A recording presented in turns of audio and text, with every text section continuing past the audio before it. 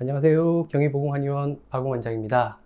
지난 시간에 자궁의 구조에 대해서 좀 설명을 드렸는데 이번 시간에는 근종에 대해서 말씀을 드리도록 하겠습니다.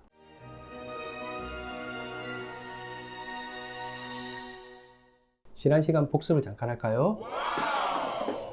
자궁은 밖에 싸고 있는 얇은 장막이 있고 가운데 자궁 근육층 그리고 안쪽에 내막이라고 하는 세 가지 층으로 이루어져 있다고 말씀드렸습니다. 자, 자궁 근종은 뭘까요? 자궁 근종은 말 그대로 근육층에 생기는 양성 종양을 근종이라고 합니다. 자, 양성 종양은 우리가 흔히 알고 있는 암과는 다르게 일반적인 혹 같은 거라고 생각하시면 됩니다.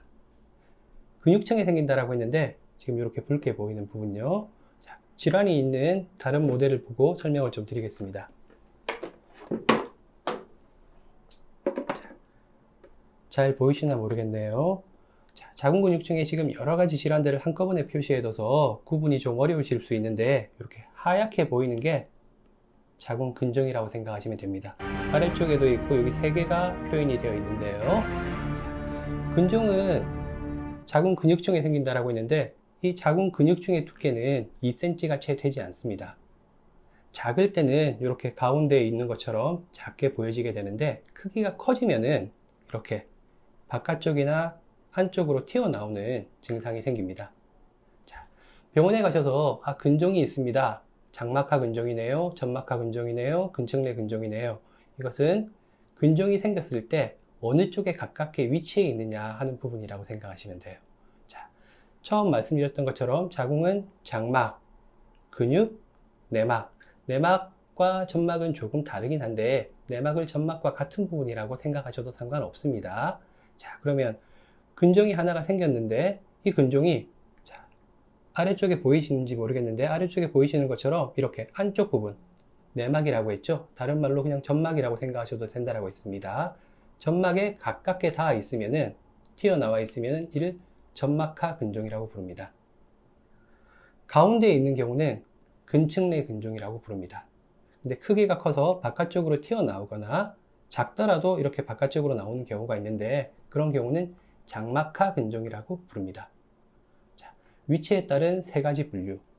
근종은 다르게 있을 수는 없어요. 언제나 이런 세 가지 중에 하나이기 때문에 병원에서 어떤 이야기를 들으신다라고 하면은 나에게 있는 근종이 어디쯤에 있겠구나 라고 생각하시면 될 것 같고요. 자, 그러면 이렇게 분류를 왜 하느냐? 분류를 하는 이유는 각각의 위치에 따라서 증상이 조금 다르기 때문입니다. 증상 부분에 대해서는 조금 더 다시 설명을 드리긴 하겠는데 아마 다음 시간에 설명을 드려야 될 것 같고요. 자, 구조에 대해서 조금만 더 설명을 드릴게요. 위치에 따른 분류에 대해서.